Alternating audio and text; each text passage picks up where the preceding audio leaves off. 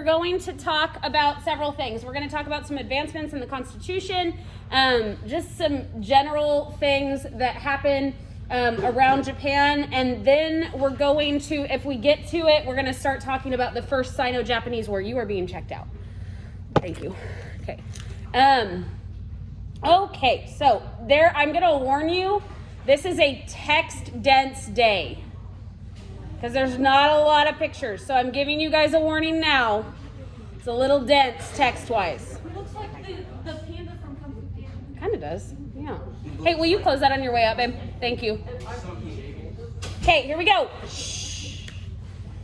So, while the samurai and the peasants are having their uprisings, a popular rights movement begins, and it's kind of spurred on by this influx of Western ideas, Western thought, Western teachings that's happening. People are like, oh, this is interesting. And when I say Western ideas and teaching, we mean primarily like Greek and Roman influence. They're also getting a lot of British influence here. So that's kind of what I mean by that. But if you're studying Greeks and Romans in particular, you're studying a lot about democracy, right? Which is not something that Japan has really ever had. And so this is an interesting concept for a lot of these people. And they're like, oh, okay, wait a second. So the people call for the creation of a constitutional government and wider participation through elected deliberative assemblies. Remember that deliberative assemblies was specifically used in the promise that the emperor had made. So he was kind of the first one that brought this up, and they're like, hey, remember that time you promised us representation? We want it. So let's, do that. So in 1881, the government issues a statement saying that they promised to have a constitution drafted and enacted by 1890.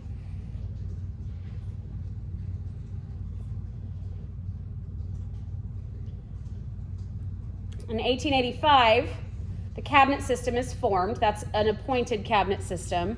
What do I mean by that? Yes. Do what? But what are those positions? What's a cabinet consist of typically? Exactly. So it's people that are in charge of very specific areas of government control. Like our president has a cabinet, right? And we've got people that head certain areas. So you've got a person over education and a person over transportation and a person over healthcare, things like that, right? So this is similar, okay? And these are all appointed by the emperor, okay? 1886, work on the Constitution begins. And by 1889, they have a final draft of the Constitution, and the Meiji Constitution is presented as a gift to the people from the emperor.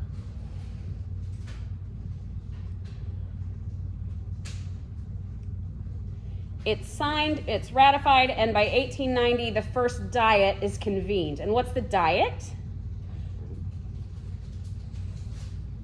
This is from way back at the beginning. Yes, it's the Japanese Parliament. So that's where that deliberative assemblies comes into play.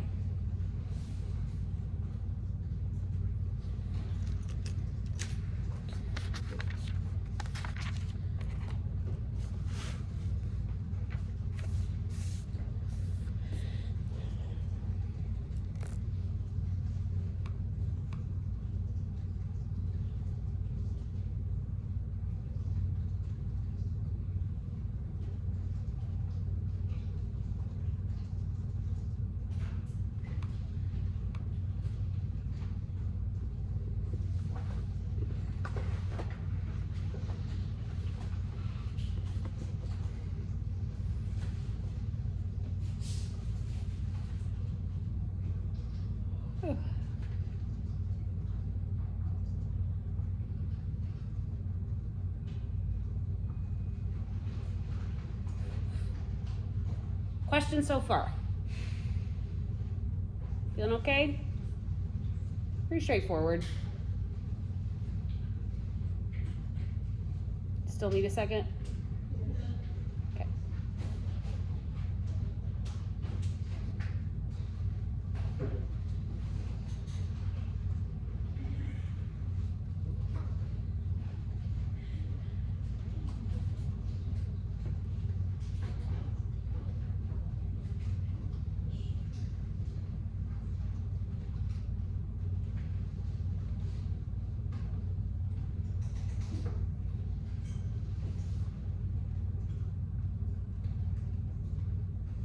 Okay, we ready?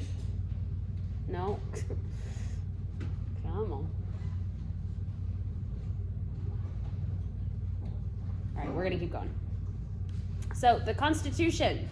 Largely the handiwork of the elder statesman Ito Hirobumi. Hirobumi had been working with Emperor Meiji since he was a young child. Remember that he was only 14 when he took over, and he was kind of being groomed for taking over well before that. He was about 8 when things started to kind of turn around, and so they were getting him ready. And Hirobumi was really the one calling the shots at this point. But what the Meiji Constitution does is this establishes a bicameral parliament, so similar to what we have. What does that mean, bicameral parliament? What's bicameral? Yeah. 2 houses, exactly. Okay, and so the lower house is elected by the people. And then the upper house, the cabinet, and the prime minister are appointed by the emperor.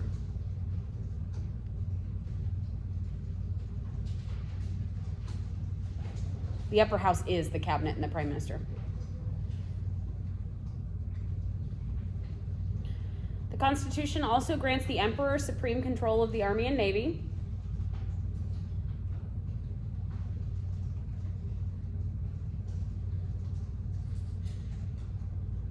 But in reality, there's this privy council, because the emperor is still relatively young at this point, young-ish, 20s, that was formed before the creation of the Constitution, who advised the emperor, and they wielded a lot of the actual power.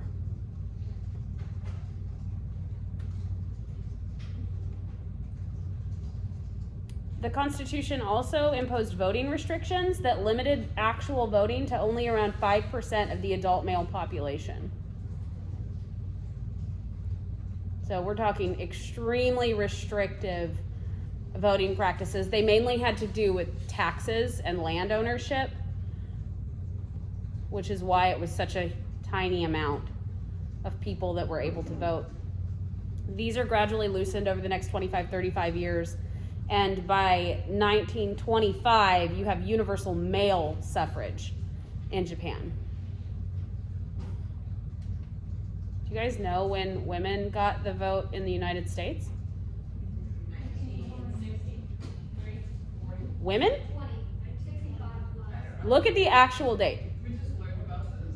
It wasn't in the 1960s.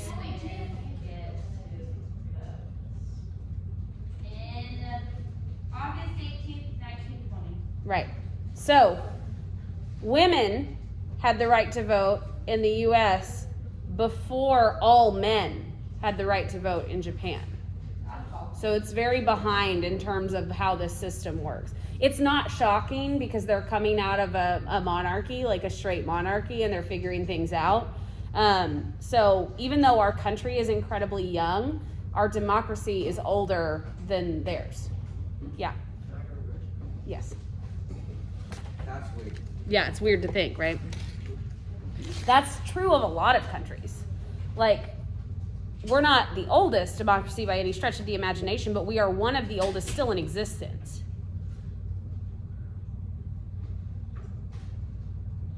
I actually don't know when women get the right to vote in Japan. It's late. It's later than you'd think it would be. No, not that late. I'm like, whoa. We'll get there. Okay, questions on this? Ready? Not yet? Oh, nope, I see a lot of head shaking. Okay.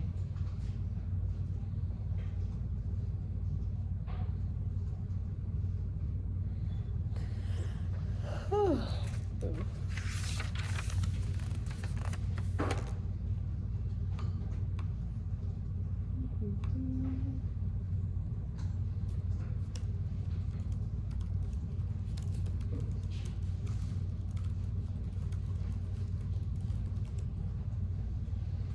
1945, so after World War II, is the first time that women get the right to vote in Japan. That's probably why they got the right to vote.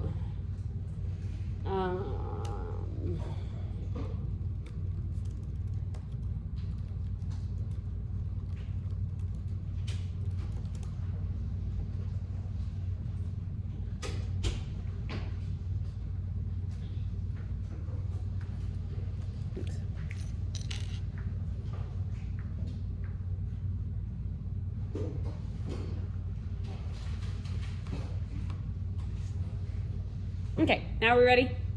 Yes? Great. So let's talk about some advancements that occurred during this period. The economy was still very much dependent on agriculture, but industrialization was what the government wanted to focus on. So that was the primary goal, was to industrialize as quickly as possible with the most modern technologies possible. And so there are strategic areas that the government would pour money into to develop. Those areas were, manufacturing, transportation, and communication mostly. In 1872, the first railroad is built in Japan. And by 1890, so we're talking like 18 years later, the country had over 1,400 miles of railroads. So that happened fast, okay? By 1880, telegraph lines linked all of the major cities. And in 1882, a European-style banking institution was created. That's still around today.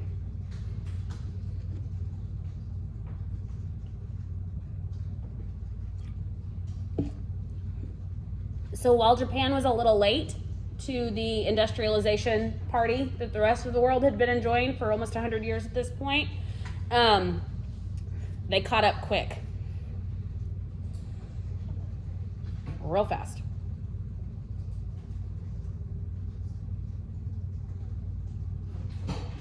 It's weird to see an ukiyo-e print with a train. Yeah. Like, yeah, the ukiyo-e prints from this time period are bizarre.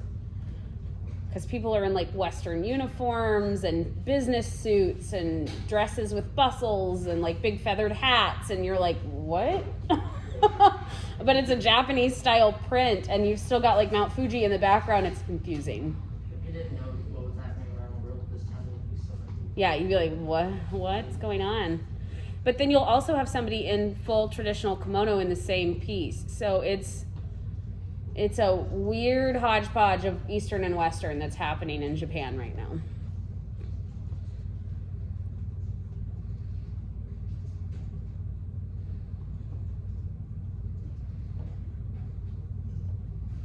Yeah.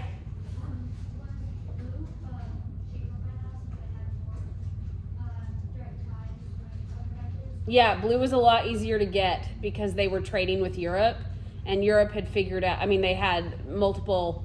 So Europe is mostly getting the blue pigments from lapis, which is in Africa and a lot of the Middle East. And so, yes, they have much more direct ties to the blue pigment. So it's more prevalent in some of the pieces at this point. Cheaper. Not cheap, still one of the most expensive pigments, but nothing like it was.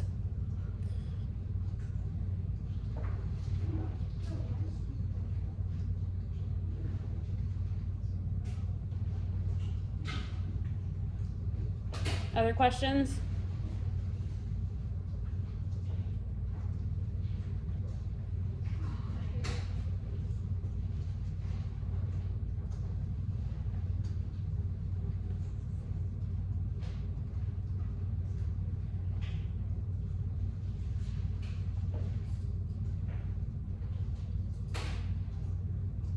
You okay?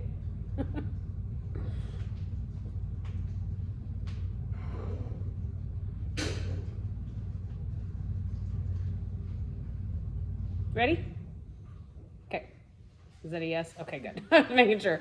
Okay, so style, things change quite a bit because of this westernization, right? So all of these efforts at modernization required Western science and technology, and you can't take one side of Western without taking all of it. So that also comes with a spattering of Western culture. We'll look at the art later, but we are going to focus mainly on the clothing right now. So in the 1890s, Western suits were preferred by most men in Japan, regardless of their position. So they did wear kind of the, oh, come on. We've had internet issues all morning. Just a second. Okay. And exit, and there we go. Okay. So Western suits are the norm, and this is what I mean by Western suits. Like the business style suits, but they had the long tails at this time, the overcoats. Military uniforms are very Western, but what's interesting about this is you still see the kind of like traditional Japanese clothing worn as well. Women in particular were the last holdout for Western styles. Most women did not prefer Western styles because they were uncomfortable. Western styles at this point are Victorian, right? So we're talking corsets and bustles, and these women were like, no, we're not putting that on our body. Thanks anyways. So things were a little bit different for the women. They predominantly, the only women that wore the Western styles were the high nobility, like the royal family, and the officials whose husbands were foreign officers or, diplomats of some sort. And this is what I mean by Western styles, right? They didn't do the corsetry as much, but this is kind of the very conservative, completely covered gown. But most of the women were still wearing kimono. Now, there is a Western influence on how they wear their kimono, and that's what's interesting. So it's a very subtle difference in the way things change.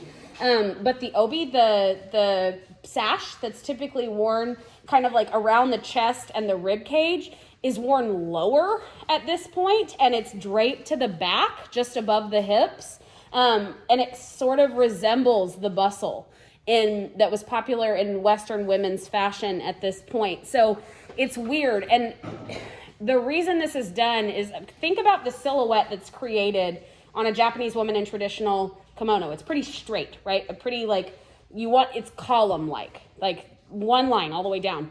Whereas the silhouette on a Victorian woman is a tiny waist and massive hips, right? Because a bustle, gentlemen, for those of you who don't know what a bustle is it's padding that's put on top of the butt, basically, and then drape fabric over it, so you look a lot larger than you are.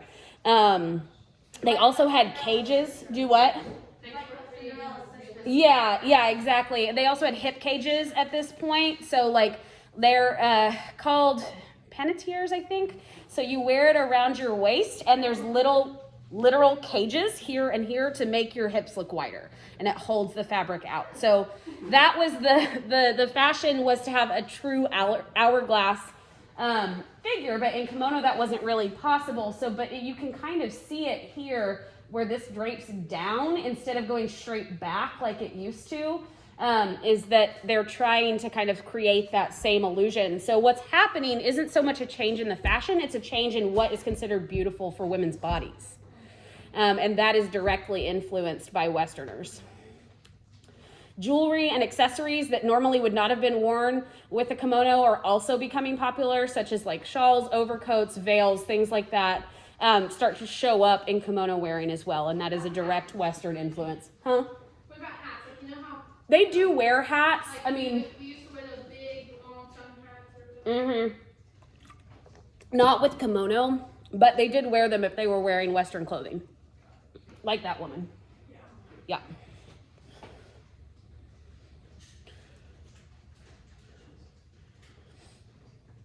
Yeah, Western women at this point didn't leave the house unless you had your head covered. Had to have a hat on at all times. And if you're British and royal, after 5, you switched from a hat to a tiara. That's still the rule, by the way. Yep. If you ever see any of the royalty at an event after 5 o'clock, they will go from a hat to a crown. And that is a Victorian era rule. Yeah. Is it because 5 o'clock is kind of like start Yeah, it's that transition into evening. More formal. That's exactly right. You go from the day look to the evening look. That's what they're doing. Okay, questions? We good? No? Okay.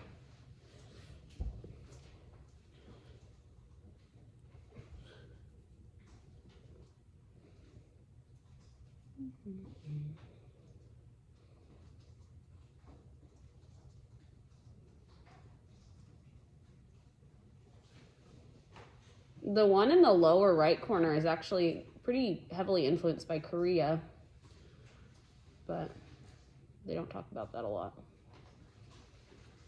Okay, ready? Yep, all right. Let's talk a little bit about education. In the 1880s, we already know that there's, universal education at this point, but in the 1880s, a renewed appreciation for traditional Japanese values comes up. So this kind of checks the wholesale westernization that's happening, and they're like, no, we don't want to lose everything that makes us who we are, so let's kind of combine these. And it fuses with these new Western interests, and you end up with this kind of strange hybrid that will pretty much mark Japanese culture from here on out, still to this day. It's a bizarre hybrid of all things, traditional. And when I say traditional, I mean like Shinto, Japanese, versus this kind of westernization.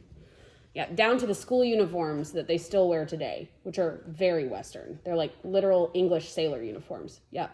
While they were getting all this new Western stuff, was there a new attempt at trying to bring Christianity in? Nope.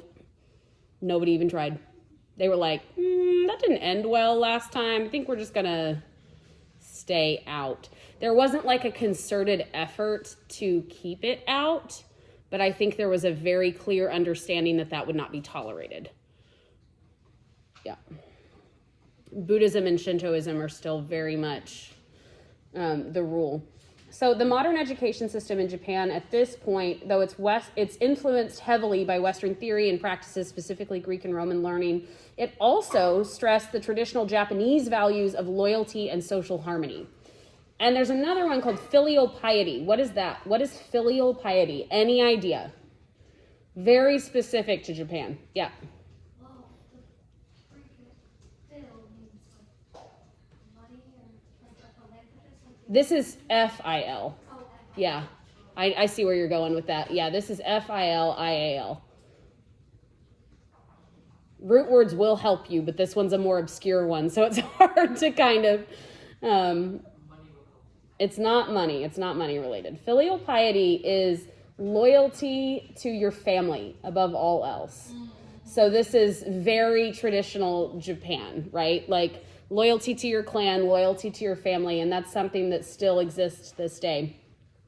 In 1890, we have the Imperial Rescript on Education, and what that is, it's a 315-character document that is to be read aloud at all school events. It's designed to promote morality in order to build a more modern Japan. It's a chant, if you will. It's really intense when you hear it read aloud. It's not read aloud anymore. It was banned after World War II. So there's not a lot. There's a few recordings of it. Yeah. So there's this one article I read about people who came to America and talked about the weirdest thing they got. They thought the Pledge of Allegiance was like... Strange. Yeah. Yes. So I have several friends. It's still every once in a while when the pledge happens, I'm always like, this is so weird. It's an odd thing to have to pledge allegiance to an inanimate object every day. Like it's not normal. It's not something that all countries do. Let's be very clear. I'm not saying it's a bad thing. I'm just saying it's different. And when other countries, people from other countries come here, it's weird. It's the same, for example, when I went to China, rather than them doing the Pledge of Allegiance like we do, where it's just kind of optional, you can stand up and do it if you want to, whatever. It is like a very required demonstration that happens in the square. Everybody is perfectly in unison. It is not just a chant. They sing the national anthem. They do this series of exercises. It is, whoa, it's like militaristic. I was not ready for it, but that's because they live under a dictator. So there's not a nice way to say that, but that's the actual term. So it's different, right? So there are levels of that at all stages. New Zealand was even stranger because it's like the most loose and free, and you can stand up and say it if you want, but you don't have to. But we're going to do this series of focus exercises every morning. But it was a national thing that everybody did, and everybody's got their something. But this was Japan's at the time. Students are also required to study and memorize the text at this point. I am going to read it to you. There is a slide. Do not write it down. Okay? I want you to know the basics, but not every word. So do not write it down. Just read along as I read it to you, and we'll go from there. Because we do not have time for you to sit and write every single word of that down. It's long. Huh? What? It's just, I don't want you to have to memorize it. Like, it doesn't matter, so don't bother writing. Like, this is the important information about it, not the actual text. But I want you to kind of hear what it says, and we'll talk about it as we go. So this is what it looks like in Japanese. Notice the imperial crest at the top, right? That's the chrysanthemum. You're going to see the chrysanthemum on literally everything. And if it has the chrysanthemum, it is directly from the royal family, right? That's their mon. So remember that. Okay, this is the translation. Know ye, our subjects. Our imperial ancestors have founded our empire on a basis broad and everlasting and have deeply and firmly implanted virtue. Our subjects, ever united in loyalty and filial piety, have from generation to generation illustrated the beauty thereof. This is the glory of the fundamental character of our empire, and herein lies the source of our education. Ye, our subjects, be filial to your parents, affectionate to your brothers and sisters, as husband and wives be harmonious.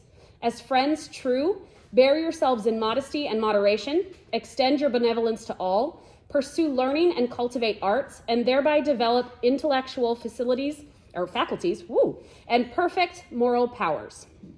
Furthermore, advance public good and promote common interests. Always respect the Constitution and observe the laws. Should emergency arise, offer yourselves courageously to the state, and thus guard and maintain the prosperity of our imperial throne, coeval with heaven and earth. What does that mean, coeval? Like the yin yang thing? Sort of. That's Chinese. This means equal to heaven and earth.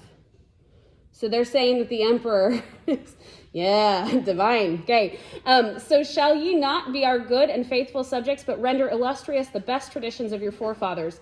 The way here set forth is indeed the teaching bequeathed by our imperial ancestors, to be observed alike by their descendants and the subjects, infallible for all ages and true in all places. It is our wish to lay it to heart in all reverence, in common with you, our subjects, that we may thus attain to the same virtue.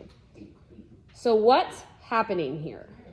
They're basically just reading off a list of rules, but like at the same time. Essentially, but this is something that everybody has to say like a pledge. And you have to memorize it like a pledge. And it's a promise.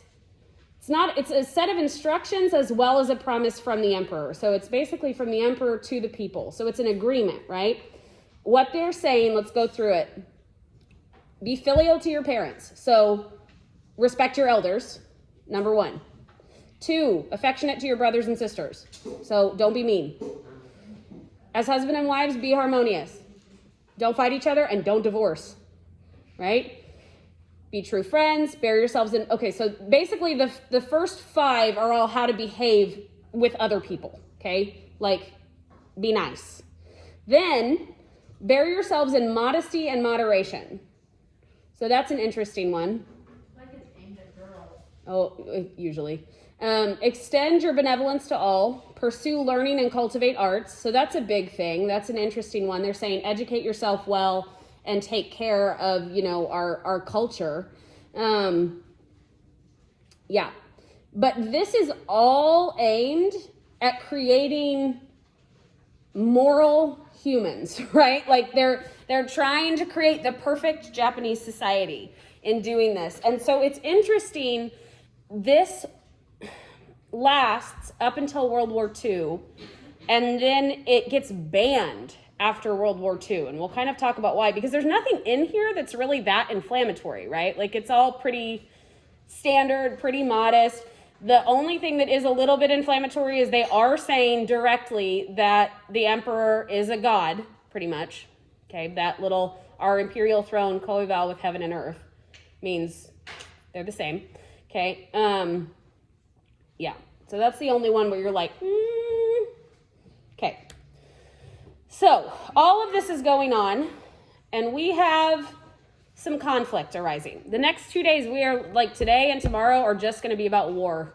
and probably Monday as well. So you think all of this development is going on, and Japan is getting a little bit of a big head about it, okay? So we're about to start on some imperialistic tendencies, okay? So Korea is the first plane, okay? Korea has long been China's most important client state. What does that mean? What can you piece out that a client state might be? Yeah. Like state that they make business or trade with. So they trade with them, but is there a hierarchy, and are they equal partners? No, right? China is the one that's in charge. Korea pays tribute, and then they trade, right? So that's what a client state is basically a nation with less power that is loyal to you, but also there's like a good back and forth trade relation.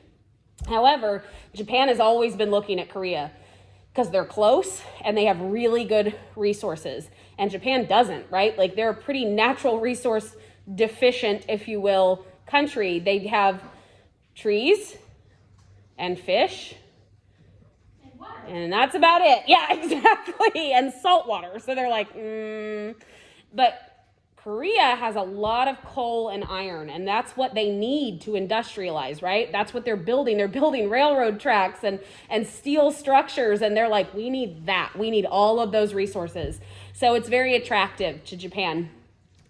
In 1875, Japan forces Korea to open itself to foreign trade and forces Korea to declare itself independent from China in matters of foreign relations. They're saying, no, you're not a client state of Korea or of China anymore. You're ours. So this is a direct affront to China. And this dynamic evolves where in the eyes of the Koreans, China represents the old way, the traditional way, and Japan represents the modern, new Western way. Okay, and so Korean citizens are kind of split on this. Some want to stay with the more traditional, power, and some want to modernize. Hey, thank you. Got it. So you've got some people within Korea for a little less than 10 years kind of brewing, trying to figure out who do we go with, how are we going to handle this. They're trading with both countries at this point. But things are heating up quickly. In 1884, a group of pro-Japanese reformers in Korea attempt to overthrow the Korean government. So these are Koreans trying to overthrow the Korean government, but they are on the side of modernization, which means they are on the side of the Japanese. It's worth noting that the king in Korea is on the side of the Chinese at this point. But a lot of the people are on the side of the Japanese. So the king freaks out, says, help, help, help. And China sends a bunch of troops to rescue the king, and they kill several Japanese guards on the way out.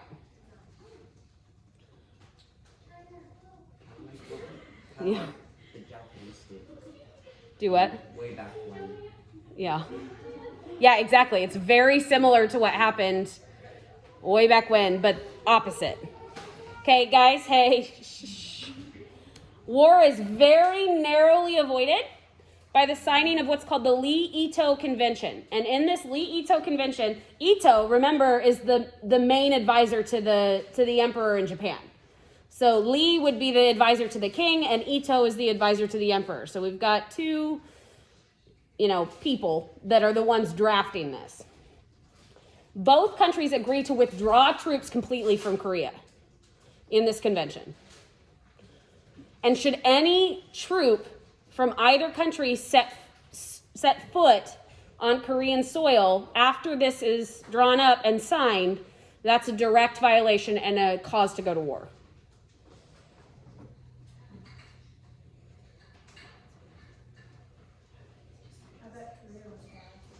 Korea was like, yeah, bye, get out, yeah. But they knew it wasn't going to last. They have what everyone wants right now, which is coal and iron. It's kind of funny, like, They're not the spirit of fire. But they weren't willing to pay for it. They were just going to fight them for it. That's the problem. The thing. Huh? Who broke the thing? You'll see.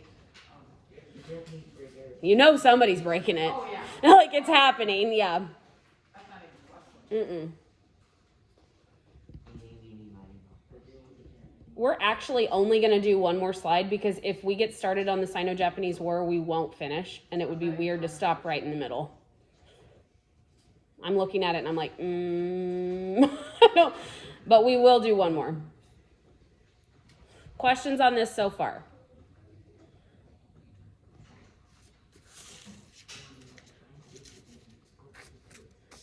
Ready? No? Okay. You just said no. Mm-mm. Am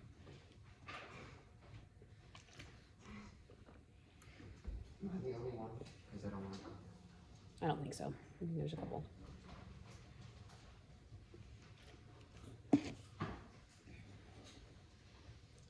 So remember this 1884 group because they will be very important.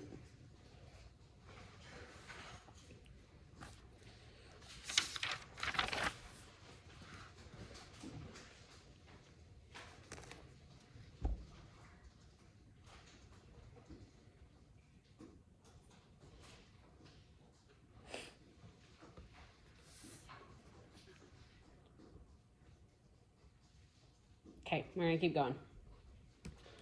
So we have some escalation, some serious, very fast escalation. 1894, Japan has been super successful with modernization, is doing really well. They've modernized their military. They've got all those rail lines in. They've got all the telecommunication lines in. They're feeling good, okay? And they still want that coal and iron in Korea. So they're like, But they don't want to break the compromise and be the one to start the war. So they just sit and wait for the Chinese to make a mistake. Stop it, Siri. Nobody wants you. So, yeah, she thinks I'm talking to her all the time, and I'm like, no. Are you okay? Okay, so them sitting and waiting was the smart thing to do, because here's what happens. This man that we're looking at is the leader, the Korean leader of that coup. So the Korean pro-Japanese leader of the 1884 coup is lured to Shanghai by Chinese officials and assassinated. Okay, it gets a lot worse. Not only is he assassinated, his body is put aboard a Chinese warship and sent back to Korea, where it is quartered. Do you know what that means? Like, Ropes tied to the hands and the feet and pulled apart into 4 pieces. Oh my god! So it's quartered and displayed as a warning to other rebels. The Japanese do not think this is funny. They take this as a personal affront, and the public is outraged. Wait, this is a Korean. This is a Korean man, but he was the leader of the pro-Japanese coup that happened in Korea. And wait, it was all Korea or did China have a hand in this? Well, China was the one who assassinated him and sent his body back to Korea. Yeah, it's not good. They lured him to Shanghai in China. It was not good. Like, had they done nothing, this war could have been completely avoided, or the Japanese would have started it. But they didn't. They did this. Had they just assassinated him and kept it quiet, probably would have been fine. But they didn't. They sent his body back, pulled it apart, displayed it for everybody to see. So Japan is mad, like fuming. Because this is not a direct affront to Korea, it's a direct affront to Japan because of this leader. Yeah, Korea is always the middleman between these two, which is why Korea hates them both. Let's be very clear. Like, Japan and China hate each other, but Korea hates both of them. So it's because of this, because they're always fighting on Korean soil. The same year, there's a rebellion going on in Korea called the Tonghak Rebellion, and the Chinese government sends, at the request of the Korean king, sends troops to break up the rebels. So this is a direct violation of the Lee Ito Convention, and Japan is like, now here we go. They send 8,000 troops to Korea. It does not end well for China. They destroy China in this war. No, it's so guys, I need you to have a little bit of background on this. When I went to China, this is when Dr. Brown and me and Mr. Weiss were all still together. Dr. Brown was only there for half of the trip. So the three of us are together, we're with all the students, and they're like, we want to take you to this museum. And we're like, okay, cool, let's go. So they get us all in this little vans, and we go to this museum, and we get out, and we're like, what is this? It's so weird. It's such a weird looking museum. I can't read Mandarin, so I was like, what is this museum about? And the tour guide kind of spoke, she wasn't really a tour, she was a teacher, an English teacher at the school in Shenyang where we were. And she was like, this is the Museum of Japanese Aggression. And I'm like, what?